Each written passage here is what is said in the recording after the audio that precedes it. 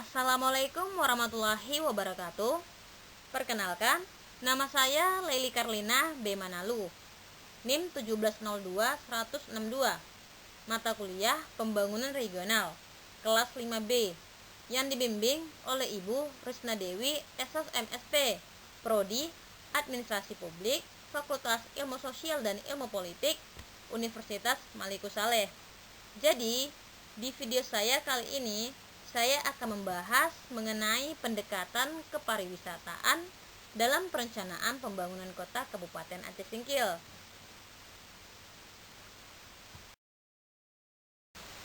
Berikut sistematika presentasi PowerPoint yang akan kita bahas di video kali ini. Yang pertama, menerangkan pengertian pariwisata. Yang kedua, mengapa perlu perencanaan pariwisata. Yang ketiga, konsekuensi wisata tanpa perencanaan. Yang keempat, hambatan perencanaan pariwisata. Yang kelima, menjelaskan tujuan perencanaan pariwisata.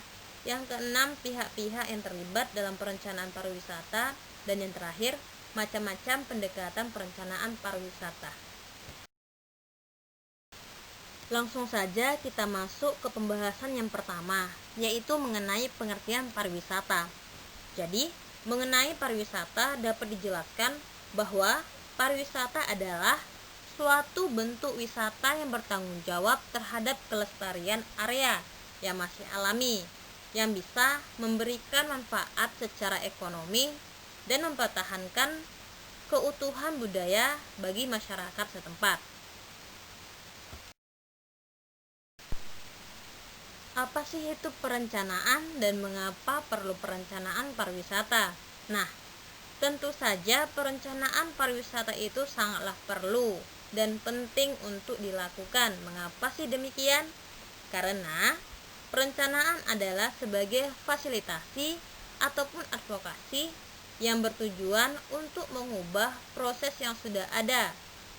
Ataupun perencanaan adalah sebuah aktivitas multidimensi yang berusaha integratif mencakup faktor sosial, ekonomi, politik, dan teknologi dengan mempertimbangkan masa kini, lalu, dan yang akan datang.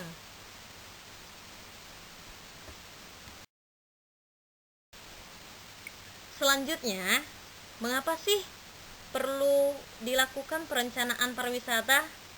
Nah, tentu saja perencanaan pariwisata perlu untuk dilakukan, yaitu untuk mengetahui fenomena pariwisata itu makin kompleks dari yang pernah terpikirkan sebelumnya.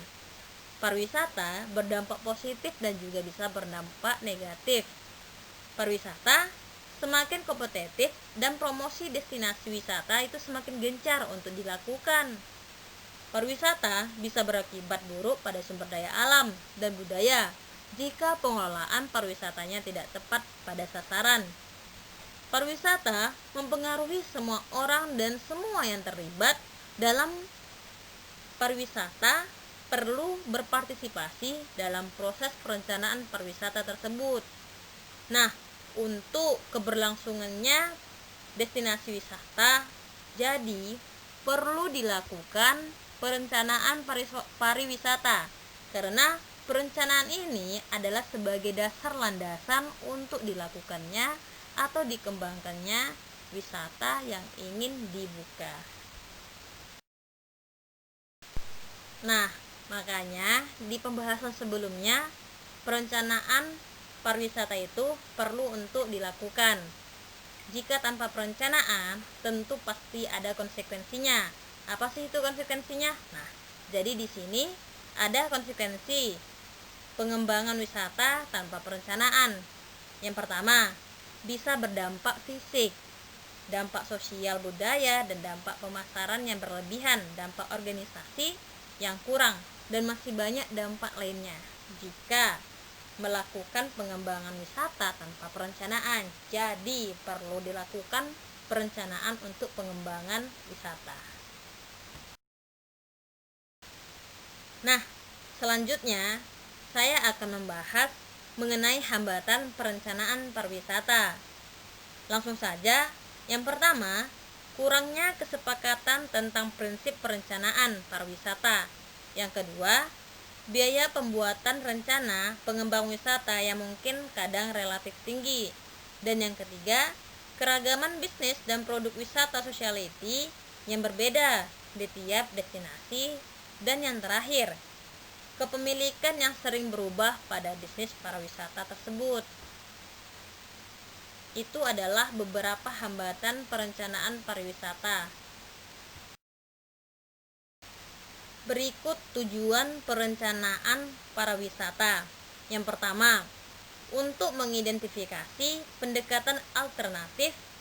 Yang kedua, untuk beradaptasi dengan hal yang tak diinginkan. Dan yang ketiga, mempertahankan keunikan dari wisata atau destinasi wisata tersebut. Dan yang keempat, menciptakan hal yang diinginkan. Dan yang terakhir, menghindari hal yang tak diinginkan. Berikut adalah pihak-pihak yang terlibat dalam perencanaan pariwisata. Tentu saja yang pertama yaitu adalah pemerintah pusat ataupun daerah. Dan yang kedua, komunitas lokal.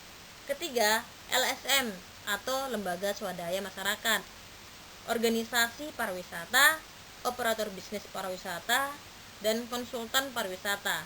Nah, jadi keenam ini adalah pihak-pihak yang terlibat dalam perencanaan pariwisata yang ingin dikembangkan. Selanjutnya, saya akan membahas mengenai komponen utama dari sisi penyediaan. Tentunya, yaitu membuat aset menjadi daya tarik wisata dan mengkreasi produk wisata seperti apa. Tentunya bagaimana objek daya tarik wisata tersebut. Dan yang kedua, bagaimana sih sarana dan prasarana transportasi yang kita dapatkan, bagaimana akomodasinya, apakah ada penyediaan untuk tempat makan. Dan yang terakhir, bagaimana sarana informasi dan telekomunikasi. Hal ini tentu penting karena tidak semua destinasi wisata mempunyai jaringan akses internet. Jadi, hal ini perlu juga untuk diperhatikan.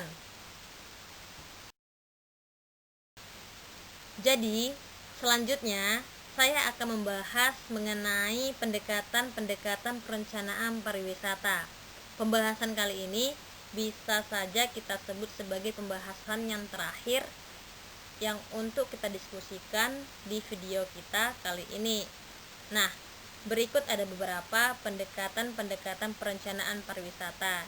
Yang pertama, bosteris, dan yang kedua, pendekatan ekonomi. Yang ketiga, pendekatan strategis. Keempat, pendekatan fisik. Kelima, pendekatan komunitas. Dan yang terakhir, pendekatan yang berkelanjutan. Jadi, mengenai aspek-aspek pendekatan perencanaan bosteris, yang pertama, wisata itu dianggap sebagai kegiatan yang sangat positif, dipromosikan sebagai aset wisata, dan kurang perhatian pada dampak keterlibatan lokal yang terbatas, daya dukung yang tidak diperhitungkan. Biasanya pun sektor privatnya itu mengadopsi. Nah, mengenai aspek-aspek pendekatan perencanaan ekonomi ataupun industri, wisata itu dianggap sebagai industri yang menghasilkan keuntungan ekonomis. Nah, tujuan ekonomi ini lebih penting dari sosial dan lingkungan. Pengalaman dan kepuasan pengunjung menjadi tujuan utama. Nah, mengenai perencanaan dengan pendekatan komunitas, ada beberapa aspek pendekatan komunitas. Jadi, yaitu memperbesar ataupun mengeratkan keterlibatan maksimum komunitas lokal, melakukan pendekatan dari bawah bukan dari atas. Nah, menekankan pentingnya keuntungan komunitas serta budaya sosial setempat dan pengembangan wisata tersebut. Jadi yang terakhir, mengenai perencanaan dengan pendekatan yang berkelanjutan. Adapun aspek-aspek perencanaan dengan pendekatan pembangunan yang berkelanjutan yaitu memikirkan dampak lingkungan sumber daya ekonomi dalam jangka panjang, mempertimbangkan komunitas yang kurang beruntung, berjiwa berpartisipatif, dibuatnya kooperatif dan meningkatkan kerjasama untuk keuntungan bersama dalam jangka panjang. Hal ini tentunya perlu untuk dilakukan ataupun diimplementasikan atau membuat perencanaan dengan pendekatan yang berkelanjutan. Sekian pembahasan kita tentang pendekatan perencanaan pembangunan pariwisata. Saya harap dengan video saya kali ini bisa menjadi tambahan ilmu bagi kita dan sebagai bahan ajar, khususnya mata kuliah pembangunan regional. Saya memohon maaf atas segala kekurangan di video saya kali ini, dan saya ucapkan terima kasih atas segala perhatian dan dukungan serta motivasi dari teman-teman. Saya tutup. Wabillahi taufik wal hidayah. Wassalamualaikum warahmatullahi wabarakatuh.